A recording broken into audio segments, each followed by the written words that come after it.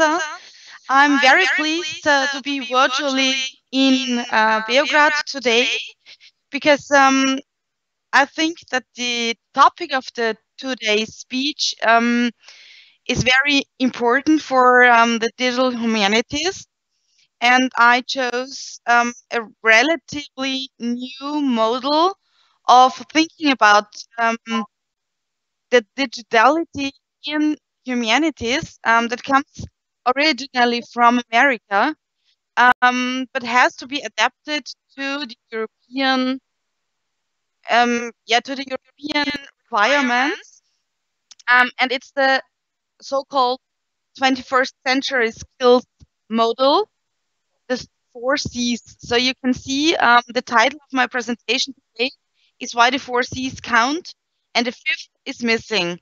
Because in the original model, there is just the 4 C's. I will introduce those to you. And just if you can give me a hand sign, if you already know the 4 C's model, because I can see you. Is there anybody who knows the model as well already?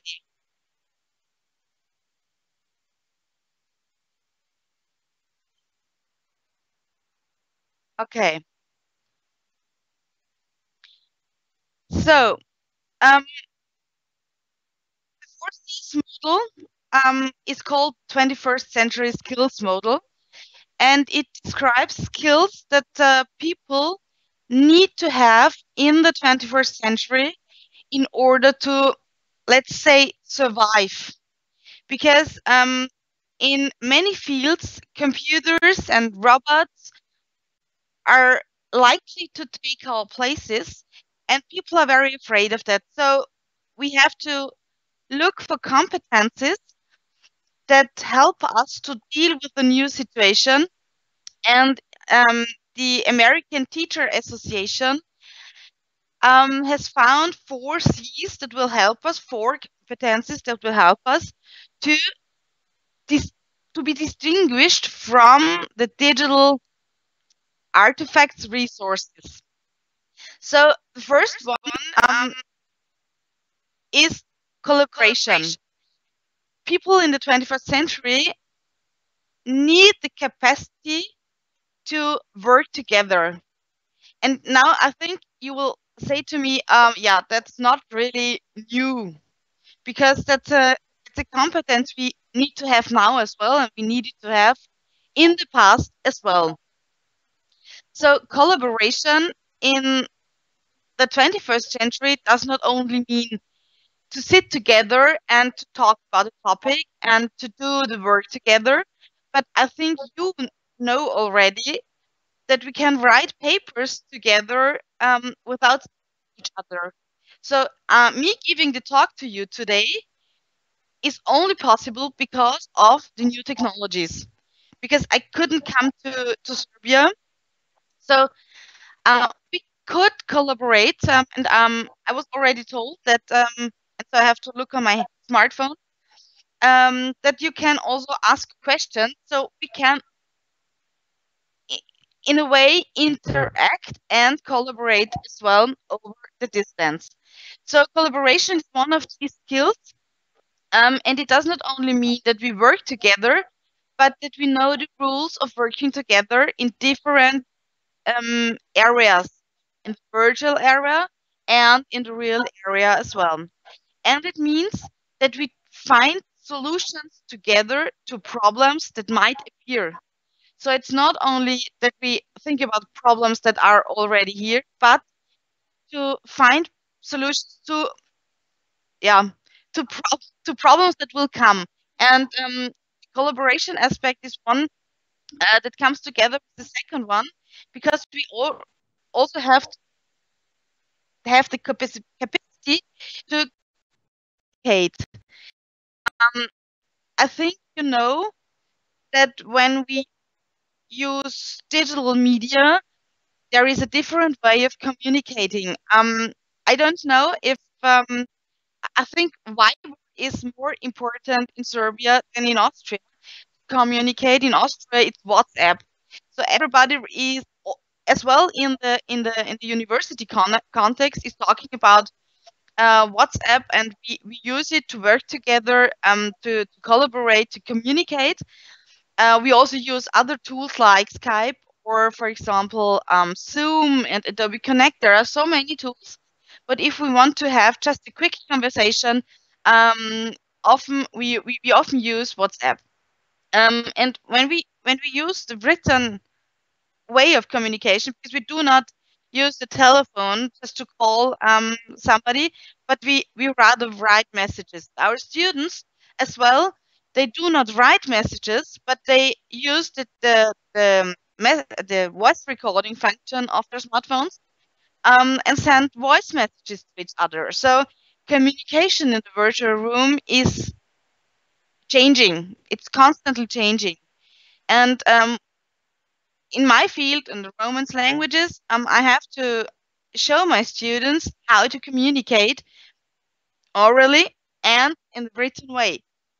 So um, the the most important thing is to show the students the different ways. So it's not a new thing, and to show them how to work out loud.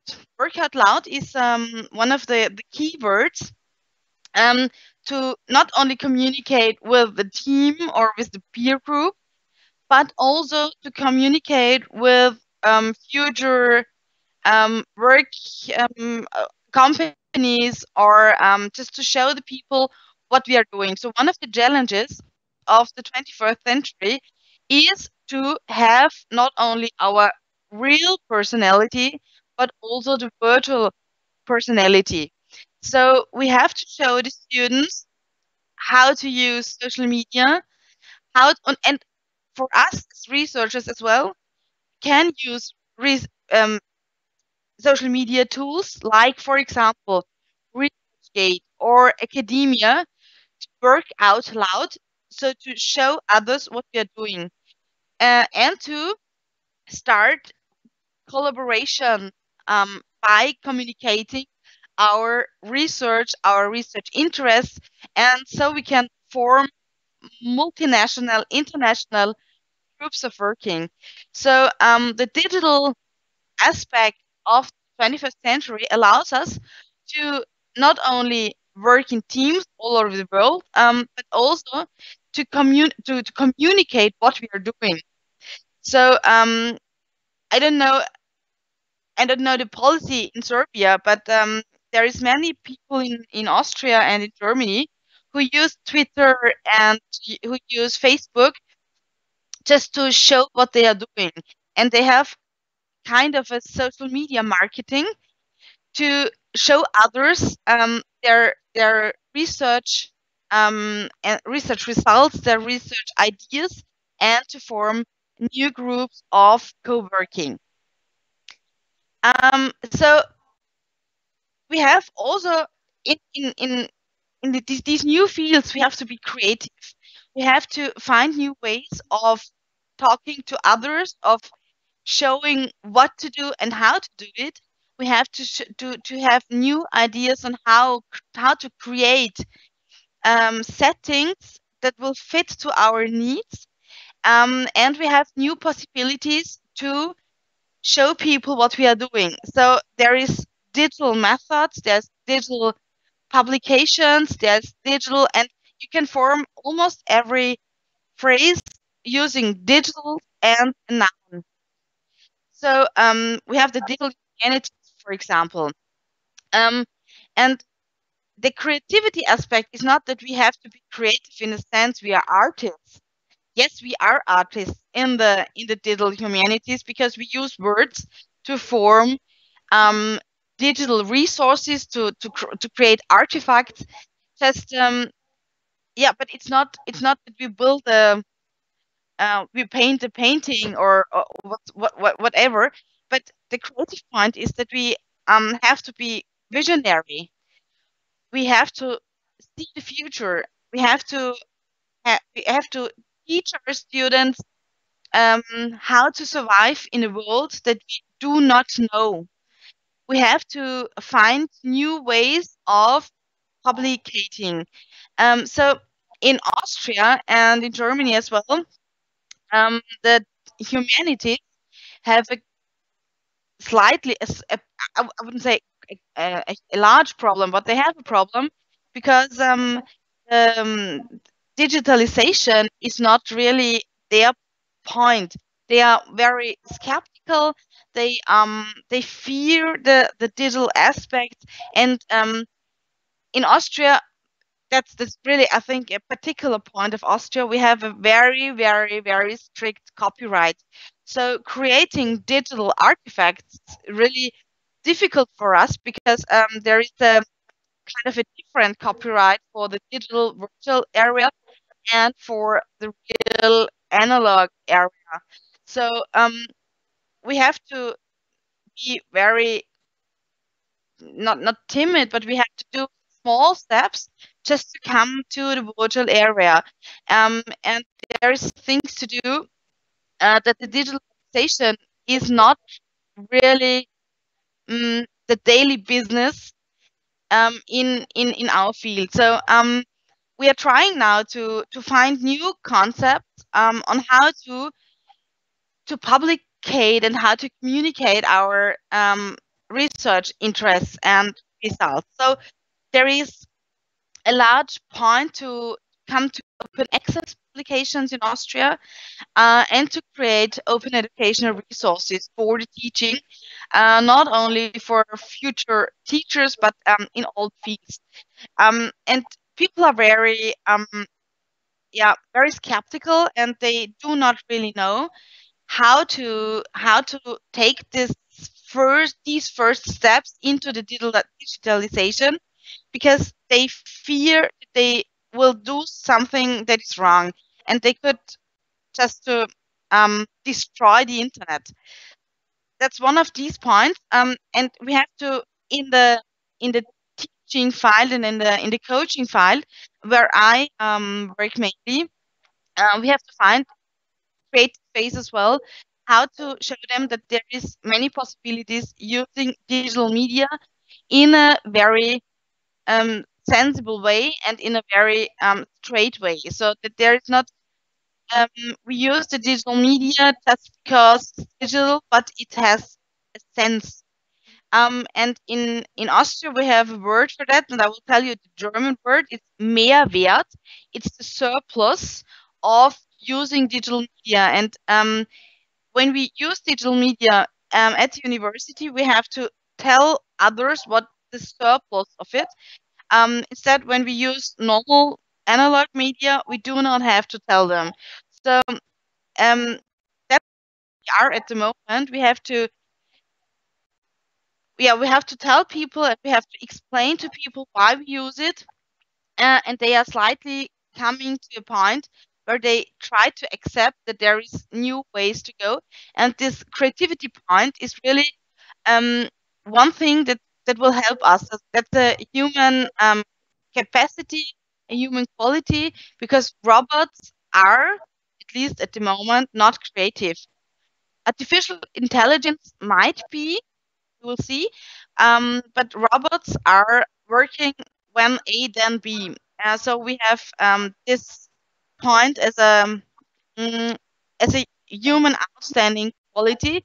So we have to teach the students, the pupils in school, to be creative and to stay creative, because kids are creative, but when they come to school, it's sometimes that they are really forced into boxes and they can't be creative anymore.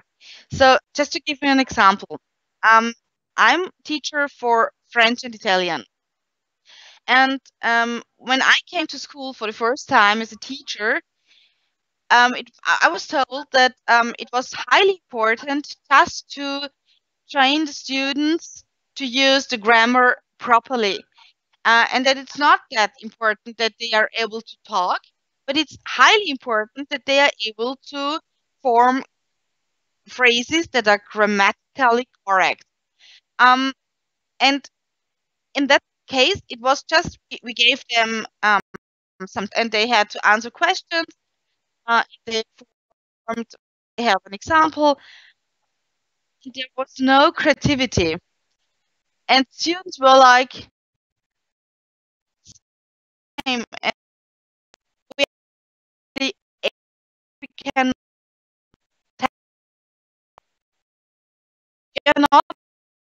use in the last year. I would say we had rather paradigm and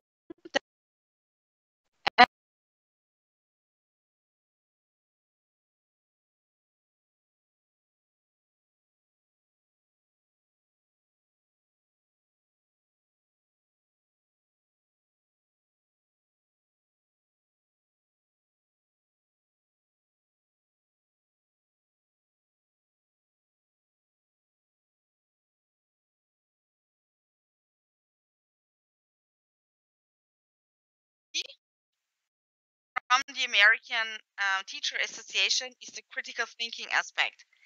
And when we talk about social media, there is one words that are in that are everywhere and that we see all the day almost. It's fake news. So we have to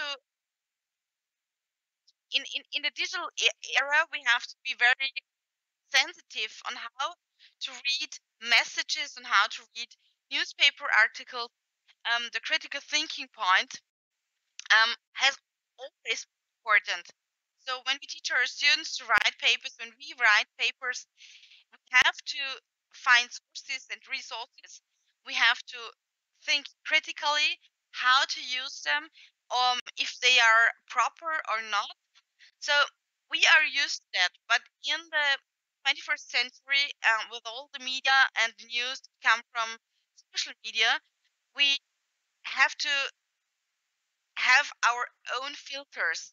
So um, the messages that are created, or not all, just to have the other way around, not all the messages that are created nowadays are created by human beings. We have chatbots that are really working well. And we have to teach our students, and not only our students, but society, to come along with the chatbots, the social bots that are really, yeah, that they are everywhere. And they are, at, at the moment, they are already so good, they're working so well that we do not know if the text is written by a real person or a chatbot. So I can send you an a link to a tool that is called it's a German tool, but it's called and it's no words. So I will tell you the word, but it doesn't make any sense. It's just letters. Blasfasel generator. So it's a generator that creates words that make no sense. So it's a chatbot that creates really that uses scientific papers and creates new papers out of them. So we one of our colleagues tried um, to hand in a paper using the Blasfasel generator, and it was a peer-reviewed magazine, and the paper was accepted. So we have to be very sensitive at the moment about the papers that we find about the all the media and about the news that we find. There is so many clickbaiting, so pages that just attract our attention. There are so many predatory journals that are no real journals, but just want to publish our articles. There are predatory conferences where you have to pay a lot to go there, and there is no real scientific boards. They just do as if there was a scientific board. So there is so many that we could step in at the moment. That the critical thinking point is more important than ever. So I think besides the creativity point, that is important for us to produce. The critical thinking point is the important thing to um, to consume.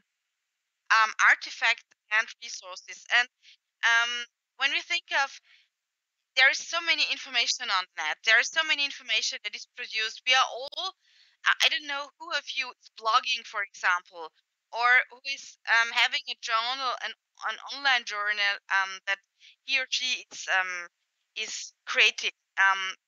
We are producing so many knowledge at the moment that it's a very important competence in the 21st century to know where we store our knowledge, where we, first of all, where we search for it, where we look for it, how to store it, and how to find it again. And now I come to the fifth C, the missing C, and it's the connectivism. I don't know if you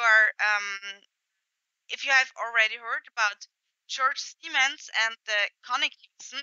It's a concept he created in 2005, 2004, and it's he calls it the learning theory of the digital era.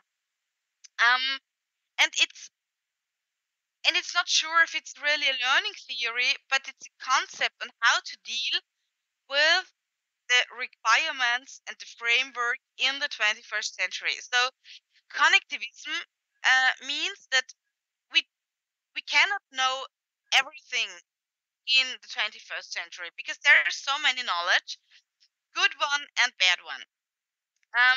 But we can create networks that help us to organize the knowledge in our so-called personal learning environment.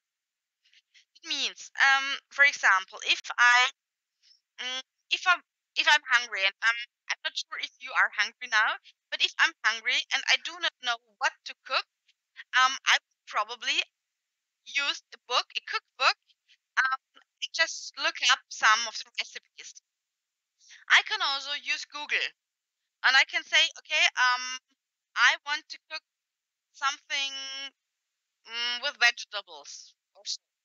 I can just go to my fridge, look into the fridge, and see that there is just bread left and butter, and I can use Google and say, okay, I have bread and butter. What can I do? I can also call one of my colleagues that is a real good cook, and I can ask her just what can I cook. And I can probably also go to eat in restaurant because I cannot find anything to cook, and I can probably call my parents or friends and ask them what they have cooked and just invite me to them. And I can only do that when I have a network. And this network is formed from physical resources, and it's formed out of non-physical resources. So it can be institutions, it can be books, it can be resources, it can be people. And if I create the network, um, I have to, and that's why the four C's are important for it. I have to think critically who and what I want to be part of my network. And then I have the network knots, and I have to cultivate them. I have to form them. I have to talk with them. I have to collaborate with them just to have the point, these network points active so that they are still active. For example, when you learn a language and you do not use the language, this network point in your brain and all the resources will be inactive, and you have to reactivate them when you want to restart. And you have to think about, okay, where is the radio in the language?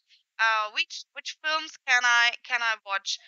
Where can I find resources just to upgrade my vocabulary or whatsoever? So if you do not cultivate your network points, they will go inactive. And yet there are in your network there are good points and important points, and there are less important points that are less important at the moment. So the thing we have to do actively at the moment and have to teach our students to is to create these networks. And in the research area, we are already used to that. We have our research fields, and sometimes it's important just to not only be in our own research field, just to look at the things that the other people do. Um, just to think about, to be a bit visionary, to be creative, to find new collaboration, to find new ways of communication, just to have network to be more, to be larger. And at that point, it's very important, and that's a thing we have to learn. Um, we have to be very critical about where do we find our network partners, um, resources, people, um, and where can we store them? So, for example, I use Twitter as a very important resource for my teaching and my learning. I'm in a Twitter network that is called Bildungspunks, Educational Punks, and we have a very large German community to find resources to work together to communicate. So I have one of my where I find my collaborative partners is my personal learning network. It's Twitter. I where do I store my people? I have a large non-university network because I play music as well, and all my music network is on Facebook, for example. So where do we store and refine our network partners and our resources? So if you find any good links, where do you store them? Do you use the bookmark function of your browser? But if you work on a different computer, do you have your bookmarks there? So which tools can we use? We have to really critically think about which tools we want to use, because some of the tools may go may start to be not working that good anymore, or they will cost something in the future. So we have to really think about where do we store our things, our research, our materials, and how do we name the documents? Is there any way to, yeah, to name the document just to find them again? So these are things we can um, have in our when I think of my network. I learned a lot from the library system on how to store my documents, to name my documents, to have them on every computer. So which cloud systems can we use? Which one is really good from a point of the legal aspect? So these are new questions we have to think of, and we have to yeah, we have to find an answer to in the 21st century. So connectivism may help us to manage the requirements of the 21st century, and it I think it's really important to have this fifth C to the four others, and maybe there is a sixth C missing as well, and it's computational thinking. I'm not sure if and there is not there is already a small field of in the digital humanities that has started regarding the point of the computational thinking, but there is, for example, research that tries to show that talking or learning a language is like learning how to code, just to um, just to have the same structures. And we have also the point of algorithms. That is to say, how does the bubble, the filter bubble in social media, how does it work? There is algorithms behind. So we have to know the mechanics in order to understand how our bubble is created. And if we are just in our bubble, um, we will just have the information that we like to have. So we cannot do the critical thinking. We cannot be creative, because it's just the bubble that will limit us. So instead of, and that's so my final words. Learning in the 21st century means not to think out of the box, but outside the box. Because when we are when we think out of the box, we are in the box. And we have to just step outside and see the entire system, see where the problems are, where the challenges are, and where the possibilities are. And so that's the point where we have to go. In the 21st century, we have to be critically thinking, and we have to be creative outside the box, and we have to find new partners, work together, collaborate, and to communicate with, to have a large network that will help us to find our ways in the 21st century. So that's the connectivism, and that's, yeah, my last words. And I say thank you to you. Just if there's any questions, I'm here to answer them.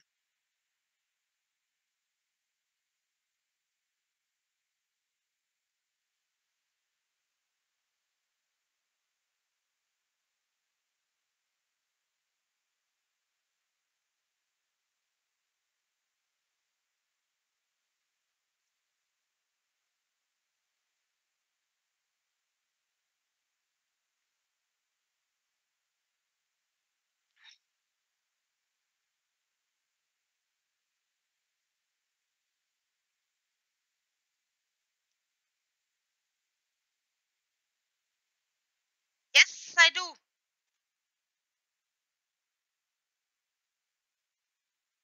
Ah, hi.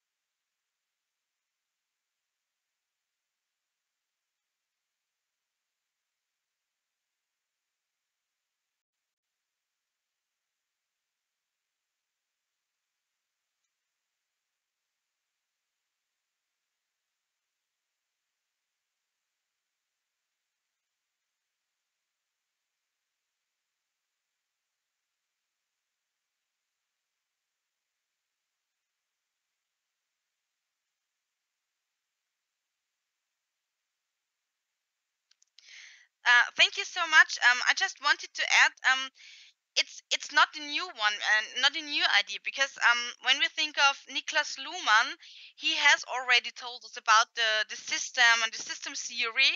So George Siemens has just brought it to the 21st century, I would say, just to have a new point of view, just to take a new point of view. And when I think of the teaching in Austria, for example, teaching languages, it's highly, or the school in general, we try to teach our students for a future that we don't know, with methods and media from the last century. So we are not yet, we have not yet come to the 21st century with the teaching, because the infrastructure doesn't work. So if we try to bring other point of view into our teaching, we can use Skype, for example. It works fine, I think. So well, you can see me and you can see my presentation.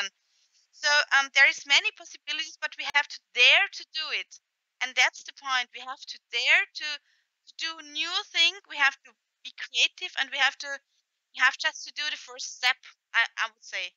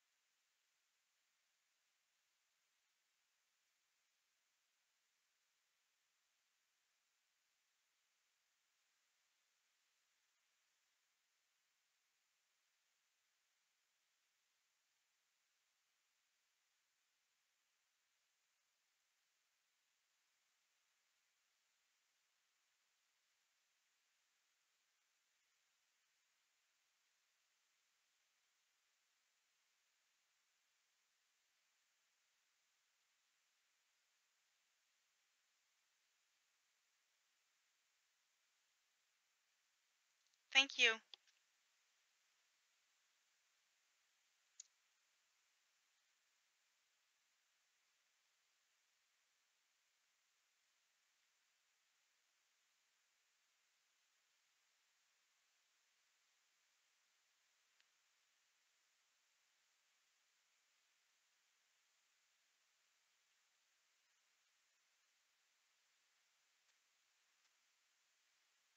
Thank you. Bye bye.